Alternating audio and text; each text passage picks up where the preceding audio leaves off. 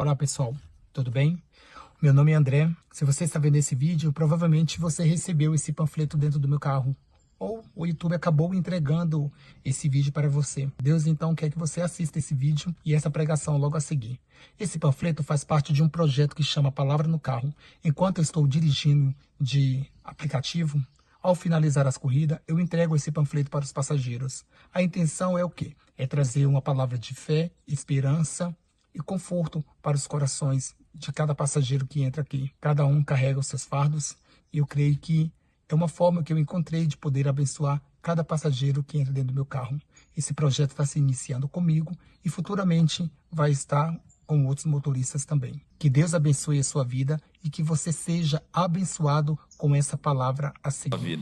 Espero que você possa hoje absorver essa mensagem e ter uma atitude diante dela. Salmo 142 diz assim as Escrituras Sagradas: com minha voz clamei ao Senhor, com a minha voz supliquei ao Senhor.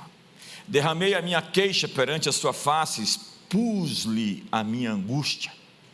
Quando o meu espírito estava angustiado em mim, então conheceste a minha vereda. No caminho em que eu andava, esconderam-me um laço. Olhei para a minha direita e vi, mas não havia quem me conhecesse.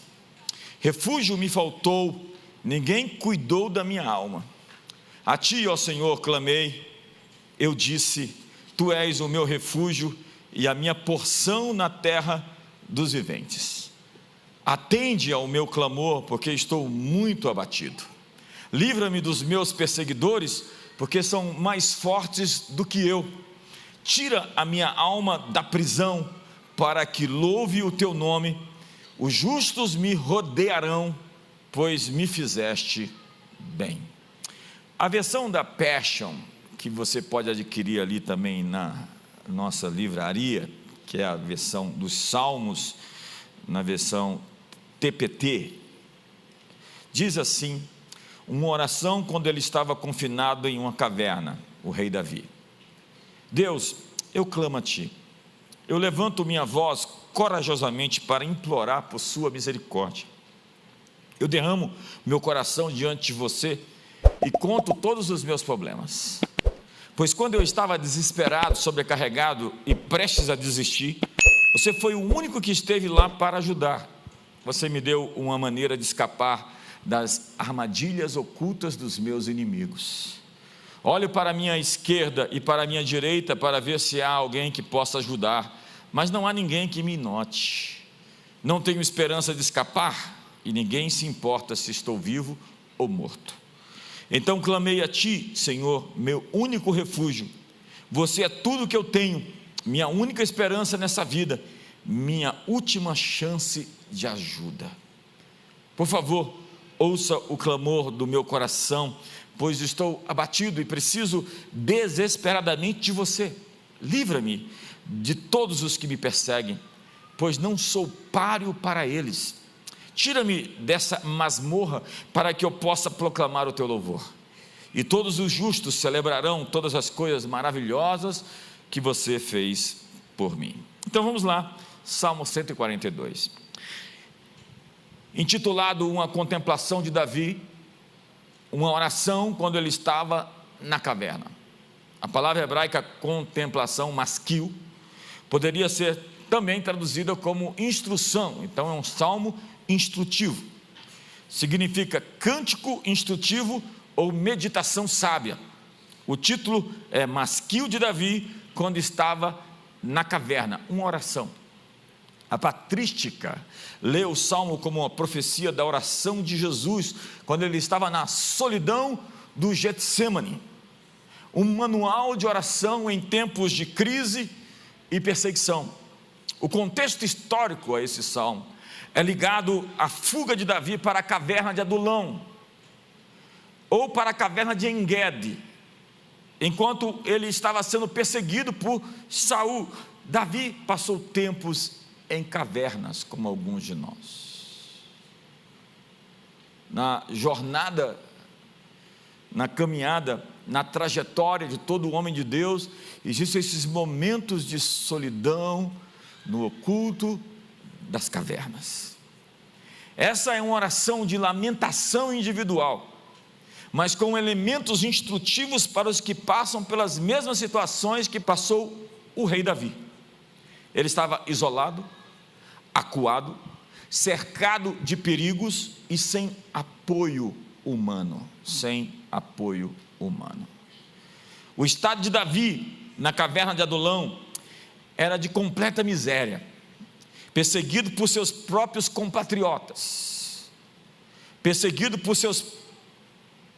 pelo seu próprio rei, rejeitado por Aquis, e ainda sem a companhia de seus parentes, de seus familiares, ou qualquer outros acompanhantes. Ele se refugiou na caverna e ficou ali sozinho.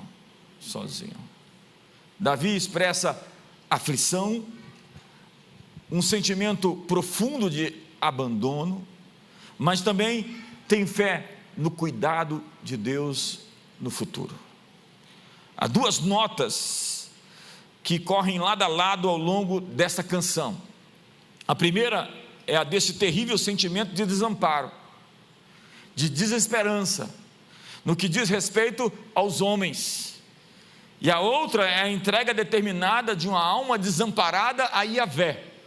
Ele não tem mais em quem se apoiar, em quem confiar. Ele só tem Deus e mais nada. Então vamos verso a verso, e são somente 7 versos. Verso 1 diz: com minha alma clamo ao Senhor, com a minha voz suplico ao Senhor. Veja a expressão: eu clamo, eu suplico. Há uma ascensão, eu estou clamando, suplicando. Os rabinos dizem que Davi elevou a voz na caverna, porque o coração aflito precisa liberar um som, precisa liberar a sua voz. Agostinho de Hipona nota que o clamor não é um grito do corpo, mas um grito do coração, da alma. Veja a progressão: clama ao Senhor, suplica ao Senhor. Deus ouve o menor suspiro, Deus ouve os seus pensamentos, mas valoriza o clamor que rompe a apatia.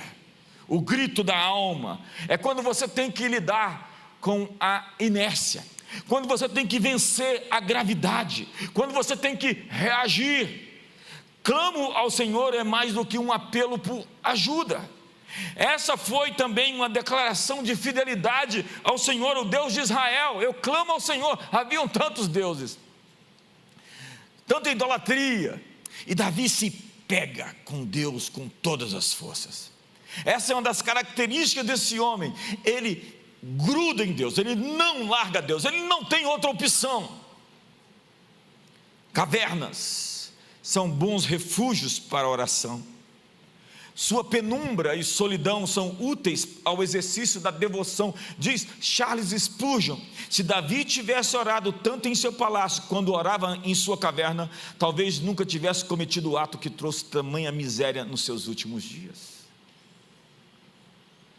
Com a minha voz clamo ao Senhor, com a minha voz suplico ao Senhor. Davi clamou a Deus com a sua voz, seus sentimentos silenciosos foram expostos a si mesmo. Ele passa a entender o que está vivendo, porque a sua oração tem efeitos cartásticos, que se refere a substâncias utilizadas na medicina para a limpeza do trato gastrointestinal, que aceleram a evacuação intestinal, funcionando como laxantes mais potentes. E na psicologia, refere-se à liberação de sentimentos reprimidos que resultam em sensação de leveza e renovação. Veja, deixe-me explicar da maneira mais polida possível isso. Tem gente que sofre de prisão de ventre, e tem gente que sofre de prisão da alma. Alô? Emoções mal resolvidas se tornam lixo e que precisam ser liberadas. Assim existe constipação nasal, constipação intestinal e constipação emocional. Cartase é um conceito que vem do grego cartasis, que significa purificação ou limpeza. O termo carrega a ideia de liberação de algo que está retido. Na psicanálise, cartase é a descarga emocional resultante da lembrança de experiências reprimidas. Quando a pessoa, ao falar da sua dor em um ambiente apropriado, eu vou repetir isso, falar da sua dor em um ambiente apropriado libera a tensão emocional associada. Ao falar sobre um assunto no ambiente com a pessoa certa, você começa a compreendê-lo. Essa coisa da psicologia, na sua raiz, foi uma obra de Agostinho de Hipona. Ele inventou o mergulho dentro de si. E no caso, no divã, não era um médico, era o próprio Deus. Então ele tratou das questões do coração. Mas antes, muito antes, nós temos esse Davi em seus salmos, lidando com as coisas mal resolvidas, que estão ali entupindo a sua alma, e impedindo a expressão de sentimentos saudáveis, porque ele está constipado. Cartase passou a significar qualquer experiência de desabafo, libertação emocional ou espiritual. A cartase pode ser um momento de oração profunda, um choro intenso, uma confissão, uma reconciliação, ou experiências que lavam a alma. Davi tem algo dentro dele que ele não conseguiu digerir, e ele aprendeu a liberar suas emoções reprimidas por meio de um clamor, de uma verdadeira súplica. Quando ele se abre, quando ele se expõe, quando ele se derrama, porque é isso que diz o verso 2: derramo perante ele a minha queixa, diante dele exponho a minha angústia. Derramo é verter, despejar como líquido. A imagem de derramar a alma, almas líquidas, almas que se desfazem em oração, que se desentregam, que se desconjuntam, que se quebrantam. Você tem a opção de ficar amargo, azedo, entupido de ódio, ou você tem a opção de se derramar diante de Deus em oração. E aqui nós não temos um clamor assim não polido ou educado.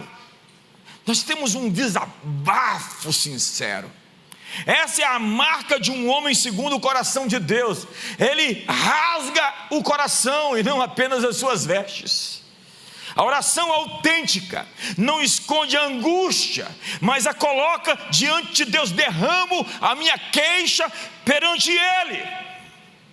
Davi tinha um lugar para derramar suas insatisfações, suas queixas, suas lamúrias. Ele clama pela ajuda de Deus diante dos inimigos que esperavam prendê-lo. Ele coloca os inimigos na mesa e faz isso com integridade. Davi fez a coisa certa com a sua queixa. Ele a apresentou ao Senhor, enquanto muitos de nós estamos nos queixando uns aos outros. Enquanto muitos de nós estamos levando esse lixo acumulado da alma e despejando nas redes sociais.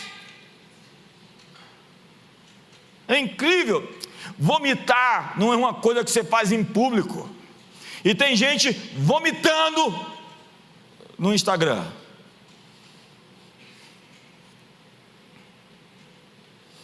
Olha para o seu irmão e diga: dá um silêncio aqui. Eu vim aqui propor a você uma reprogramação, de levar as suas queixas diretamente a Deus e parar de levá-las às pessoas, de fazer como Davi, porque tem gente que vai levar aos homens suas queixas, e é o que nós chamamos de lamúria, murmuração, reclamação. É quando você reclama, compartilha seus problemas com quem não pode te ajudar, buscando amparo, apoio. Assim, a queixa adequada feita em lugar apropriado se transforma em rebeldia verbal. Amargura derramada como veneno vira fofoca, falatório, se torna contenda. A expressão minha queixa não é uma palavra petulante, mas que poderia ser traduzida como meus pensamentos perturbados. Derramo a Ele meus pensamentos perturbados. Eu apresento a Ele os conflitos não digeridos da minha alma.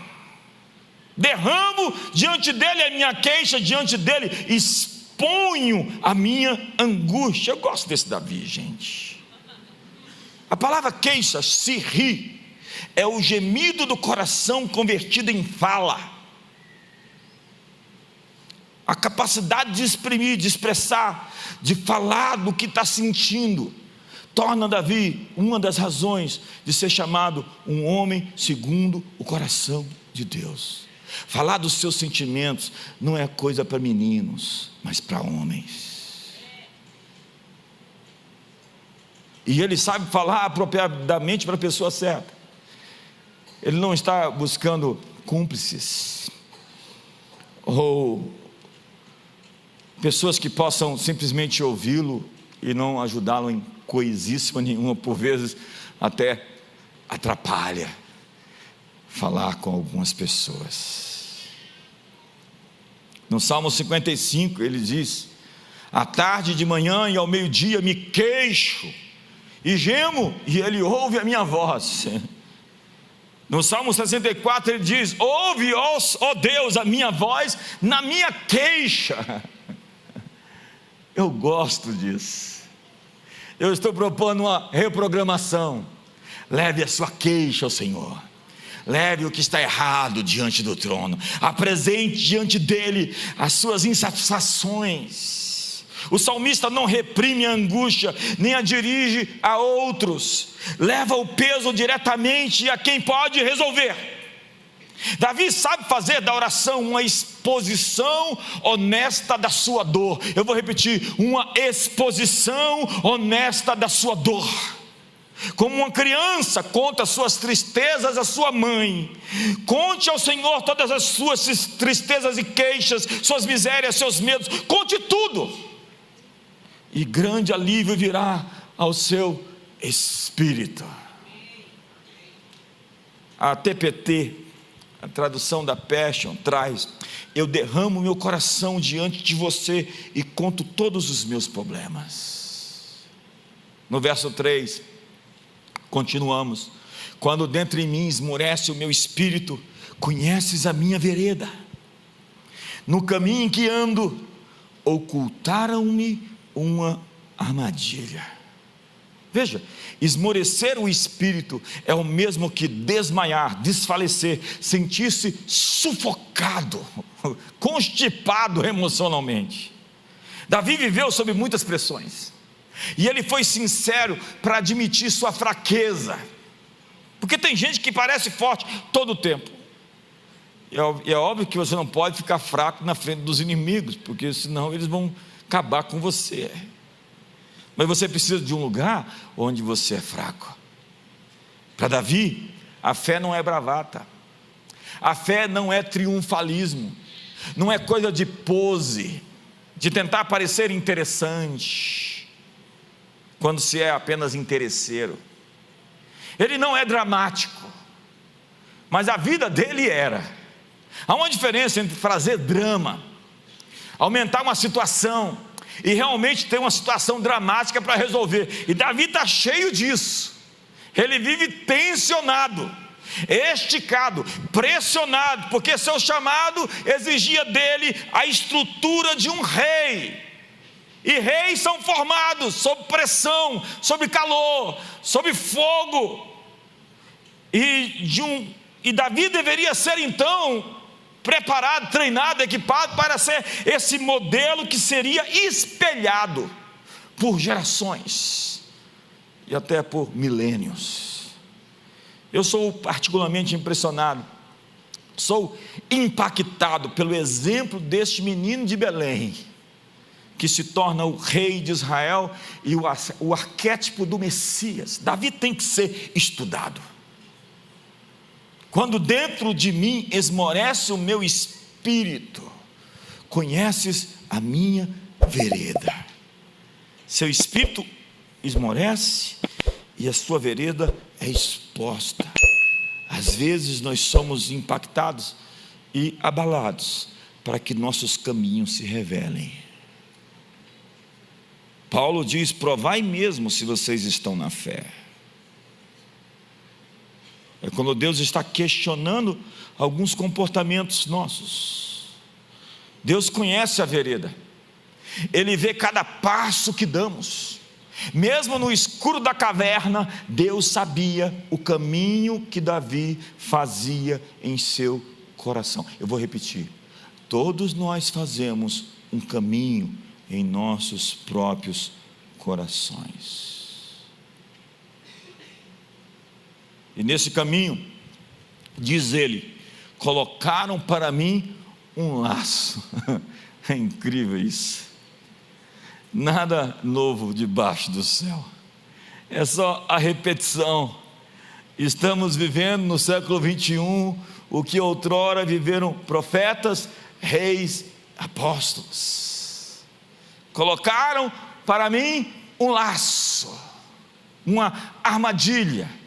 Quando dentro de mim esmorece o meu espírito, conheces a minha vereda, no caminho em que ando, ocultaram-me uma armadilha. A palavra pash, o laço do caçador. Eles secretamente me armaram uma armadilha. Davi não sabia onde estavam as armadilhas, mas sabiam que elas estavam ali. Davi também sabia que Deus poderia preservá-lo das ciladas, emboscadas, arapucas secretas. Charles Spurgeon diz: homens perversos precisam encontrar algum exercício para a sua malícia. Diz a Bíblia que o homem mau não dorme antes de fazer o mal. Que terrível, desculpe a risada, mas é um desabafo, é uma cura, é uma cartaz.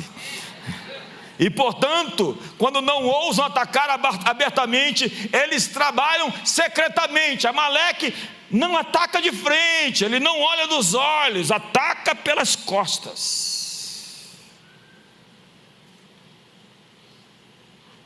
Fala pelas costas, calunia pelas costas, inventa histórias pelas costas.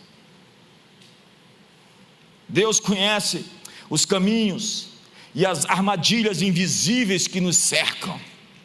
A TPT diz: você me deu uma maneira de escapar das armadilhas ocultas dos meus inimigos. Verso 4: olho para a direita e vejo, não há quem me reconheça.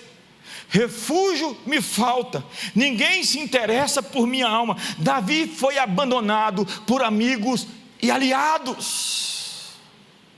A direita é a posição do aliado. Um defensor no tribunal ficava à direita, ou no campo de batalha à direita. À direita. Mas a direita às vezes não ajuda. Os que estão à direita não ajudam, às vezes atrapalham, vivem de bravata. Basílio Magno diz: quem não encontra socorro humano, descobre em Deus refúgio seguro. Foi quando eu perdi o chão que eu aprendi a voar. Não há ninguém que me reconheça. Isso não é uma reclamação, é uma declaração que cura a alma dele. Ninguém que se importa com a minha alma. Mas isso não é um ponto final, não é um desfecho, não é uma sentença. A perda de apoios humanos é um convite à dependência do refúgio divino. Quando todos os apoios humanos falham, Deus é o refúgio, a herança e a libertação do seu servo. Davi sabia que mesmo que fosse abandonado pelos homens, Deus jamais o deixaria.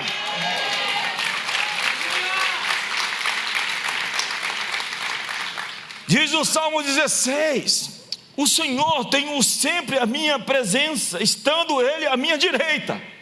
à minha direita, não seria abalado.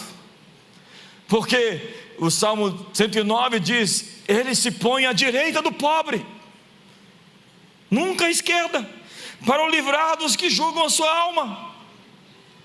O direito significa o lugar onde a testemunha ou o conselho legal de alguém se encontrava. Disse o Senhor ao meu Senhor: assenta-te à minha direita, até que eu ponha os teus inimigos por estrado dos teus pés. O Salmo 121, o Senhor é quem te guarda, o Senhor é a tua sombra, a tua direita. No caso, parece que Deus respondeu abundantemente, enviando logo os irmãos de Davi. Demorou, mas os irmãos se uniram a ele, e toda a casa do seu pai, para se juntarem a ele na caverna. A caverna se tornou o lugar do culto, o lugar da solidão e da angústia, das noites mal dormidas, dos assombros, dos fantasmas, dos poltergeists. Começou a ser visitada por gente humana, mas o tipo de gente que apareceu gradualmente é um grupo de pessoas párias, mal recomendadas, mal resolvidas. E Davi se torna líder daqueles amargurados, ressentidos e endividados, que se tornam o núcleo duro do seu reino futuro. Ele transforma aquela gente que ninguém mais queria nos melhores soldados e guerreiros que jamais existiram na face da terra. Senhoras e senhores, esse é Davi. Isso provou ser de fato um ponto de virada. Sigamos o exemplo de Davi e de alguém maior que Davi, que quando os judeus e gentios conspiraram contra ele, foi deixado sozinho no jardim e na cruz, e entregou-se à oração. A oração. Não havia ninguém do seu lado, todos os homens dormiram, ele ficou solitário, e levou sua oração até os céus, suando gotas de sangue. Mas diz o verso 5: a ti clamo, Senhor, digo, tu és o meu refúgio, a minha porção na terra dos viventes. Davi pôde proclamar com confiança que Deus era de fato o seu refúgio. Entre os homens, Davi não tinha refúgio. Eu disse, se Davi não tivesse clamado, não teria dito, e se o Senhor não tivesse sido o seu refúgio, nunca teria sido a sua porção. O degrau mais baixo é tão necessário quanto o mais alto. Minha porção na terra dos viventes. Isso destoa dos cânticos hinários que nós tínhamos no passado, que falava da porção nos céus, na eternidade. O que Davi está dizendo é que o Senhor é a sua porção agora, hoje, nessa vida. Davi, como fugitivo, teve motivos para acreditar que toda a sua herança havia sido perdida. Ele tinha entrado na lista negra, ele entrou em desgraça para com o trono, o rei e toda a corte real. Era legal, bacana, dava ibope falar mal de Davi, porque Davi tinha perdido o favor. Até que na vida sempre tem um até que. Quando você se mantém firme, quando você não desiste, quando você continua sendo fiel, Deus tem um até que.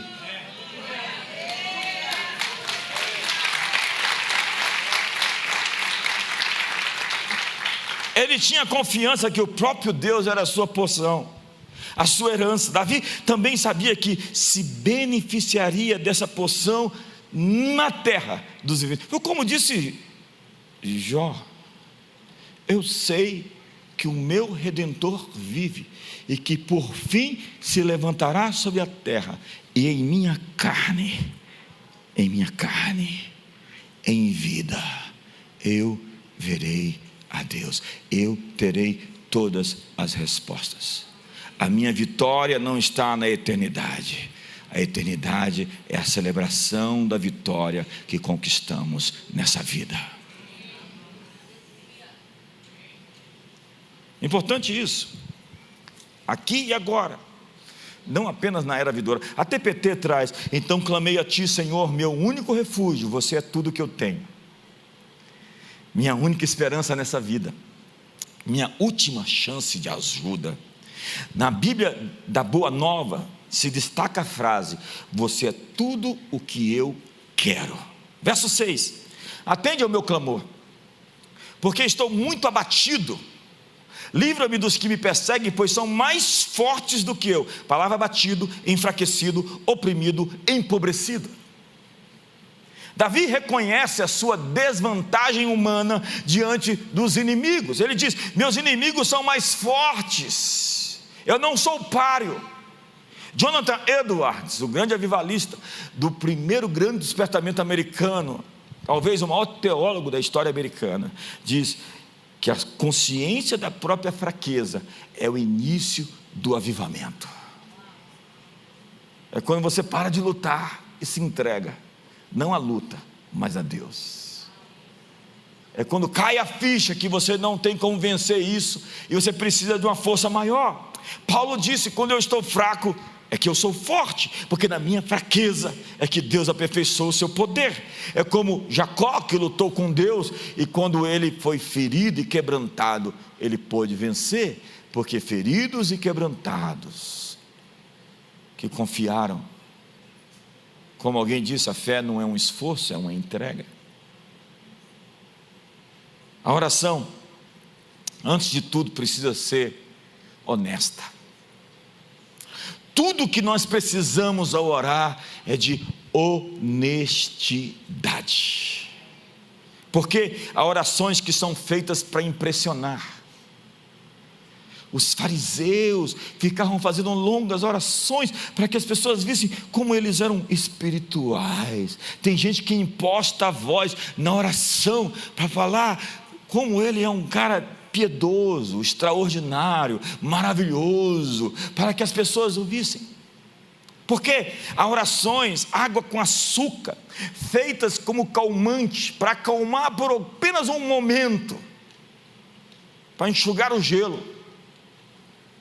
Porque há orações esotéricas, orações místicas, que parecem mais mágicas, que não são fundamentadas sobre princípios, mas simplesmente por emoções. Porque há orações de gente infeliz, conformada com os problemas lá no segundo céu, como dizia a Benny Johnson. Eu estava agora no evento em São Paulo e o Bill Johnson falou sobre o testemunho da Benny, que nos deixou o ano passado, eu acho. E ele disse que a esposa dele tinha uma grande resistência com os intercessores, porque todos os que afirmavam ser pessoas de oração eram pessoas tenebrosas, infelizes, pessoas tristes. Eu confesso a você que eu tenho arrepio de alguns intercessores. Eu olho para eles, eu falo: onde você estava? Porque diante de Deus você não estava com essa cara. Então ele disse que a Benny escreveu um livro, O Intercessor Feliz, porque interceder deveria ser uma identidade de alguém que conseguiu virar as chaves, que ainda que sob pressão e sob angústia, consegue sair do outro lado e não fica nivelado nesse ambiente de problemas, de críticas, de crises e de batalhas. Davi clamou ao Senhor, confessando honestamente a sua situação precária. Davi não sentia necessidade de fingir que tudo estava bem, ou que ele não era fraco. Ele podia recorrer a Deus em busca de ajuda, mesmo quando estava muito abatido por perseguidores mais fortes do que ele. Davi compreendeu bem a sua fraqueza atual. Aquele que matou Golias sentiu-se mais fraco, muito fraco, e na verdade esse era um bom lugar para Davi estar. Esse lugar de fraqueza é onde Deus mostra a sua força. a força de Deus logo o inundaria. Charles Spurgeon diz: você sempre ouve falar da luta de Jacó. Bem, eu ouço dizer que sim, mas não foi Jacó o principal lutador. A luta deveria esgotar todas as suas forças, e quando suas forças se esgotaram, Deus o chamou de príncipe. Agora Davi seria rei de todo Israel. Qual era o caminho para Jerusalém, para Davi? Qual era o caminho para o trono? Bem, sinto dizer que era bem perto da caverna de Adulão. E o verso 7, para terminar, diz assim: tira a minha alma da prisão, para que eu louve o teu nome. Os justos me rodearão quando me fizeres esse bem. Tira-me da prisão. Davi está preso, literalmente, porque está escondido, acuado na caverna. E ele carrega angústia.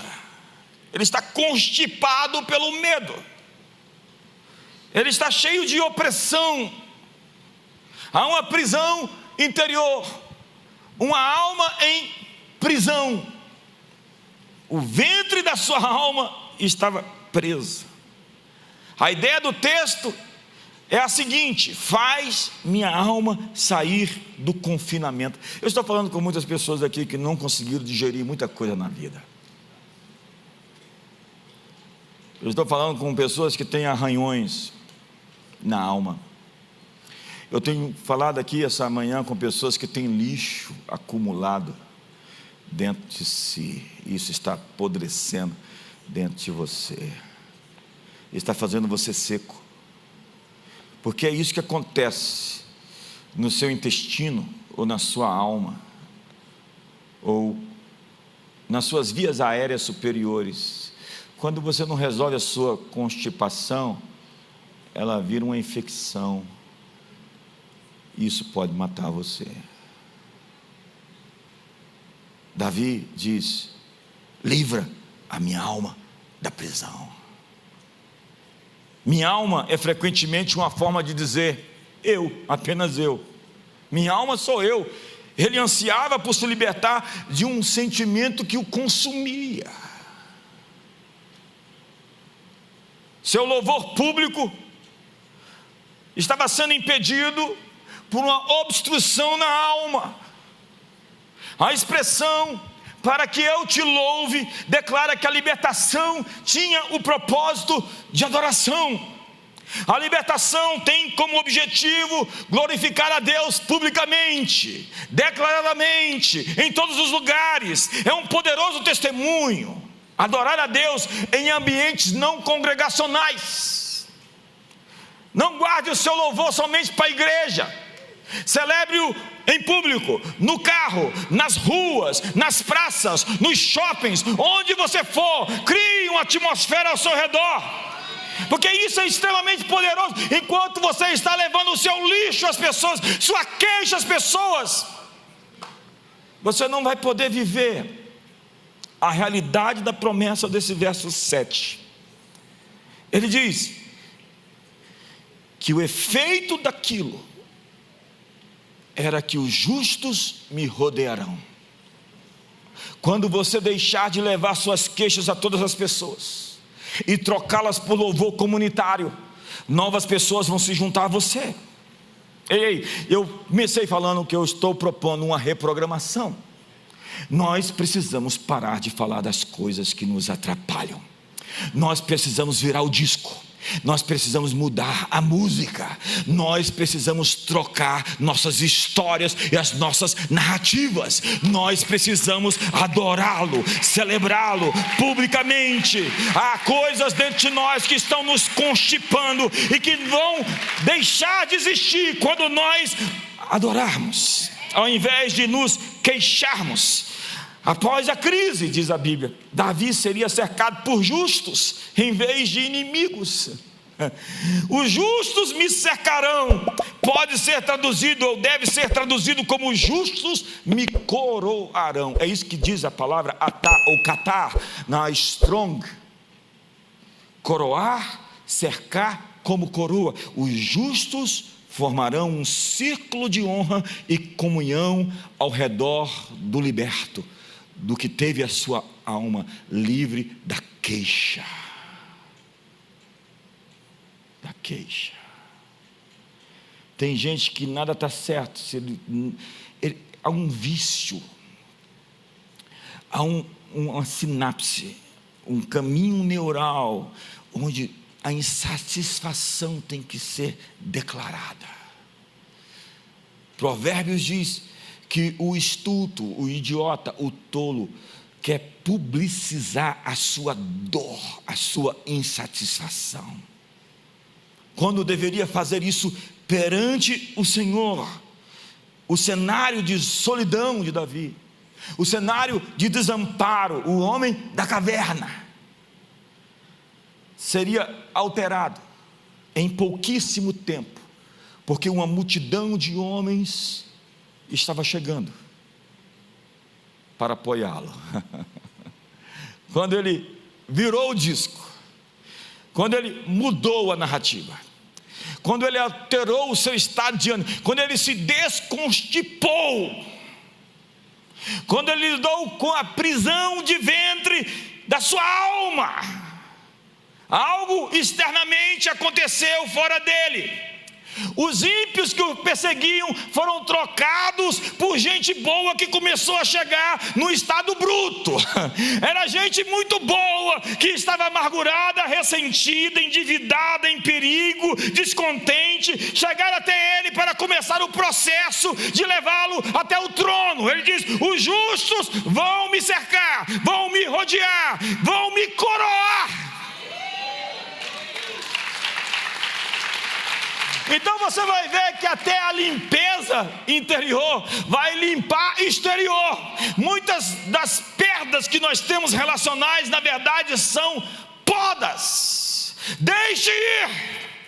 Deus está libertando você de pessoas que não vão lhe ajudar a chegar onde você precisa ir. Deixe essas pessoas irem. Deus vai cercar de pessoas que vão coroar você para o novo tempo. Me ajuda aí.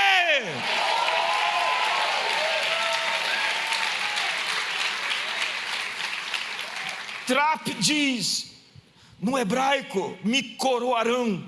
Isto é, me cercarão como se estivessem maravilhados com a tua bondade na minha libertação, e eles colocarão a coroa na minha cabeça. Ele tocou a lamúria, a reclamação, conseguiu apresentar sua queixa sinceramente, honestamente diante de Deus, e Deus trocou o seu estado de ânimo, a sua angústia, os seus medos, as suas perturbações, a sua solidão, quando enviou pessoas para apoiá-lo. Ele perdeu todos os falsos amigos, ele perdeu todos os falsos parceiros, e Deus agora está compondo um novo time. Deus está compondo um novo time. Deus está equipando. Ei, eu acho que eu estou dando uma palavra profética aqui essa manhã. Eu acho que você pode melhorar o seu estado de ânimo. Eu acho que você pode publicar os seus nomes. Eu acho que você pode destravar a sua alma. O que está impedindo você de gritar essa manhã, de louvá-lo publicamente? Onde está o povo que conhece os vivos de júbilo? Tira a minha alma da prisão, para que eu louve o teu nome. Os justos me rodearão quando me fizeres este bem. Quando me fizeres esse bem. Quando me fizeres esse bem. Quando me fizeres esse bem. Ei, o bem de Deus está a caminho. O verbo gamal aponta para a bondade imerecida de Deus. Strong vai dizer que é recompensa, agir com bondade. Deus vai conceder a sua graça. Não é o seu mérito, é a mudança da sua atitude que trouxe o favor de Deus a você, e realça não um pagamento, mas a benevolência gratuita de um Deus gracioso.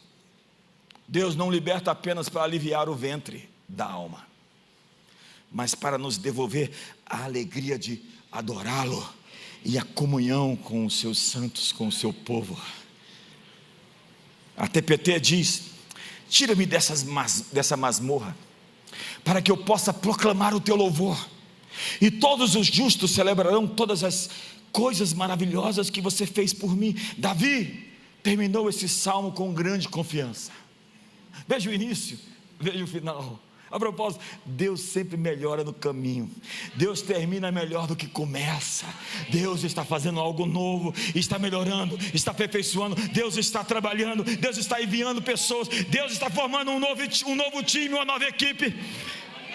Deus está destravando, desconstipando a sua alma. Davi começa o cântico com um grande sentimento de isolamento. Ele termina na companhia do povo de Deus e do apoio vindouros do Senhor.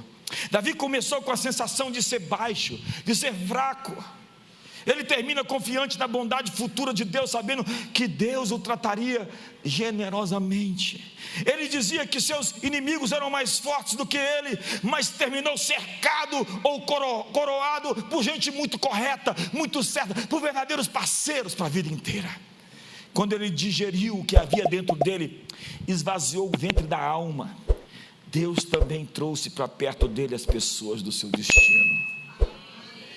Muda o seu discurso, vira o disco, troca a narrativa, conta outras histórias, celebre publicamente o seu louvor a Deus. O que Deus está fazendo com Davi era limpá-lo por dentro, por fora, e também em suas conexões, em seus relacionamentos. Davi foi liberto dos seus perseguidores, aliviado da sua angústia, exaltado ao trono e unido a todas as tribos de Israel. Fique de pé.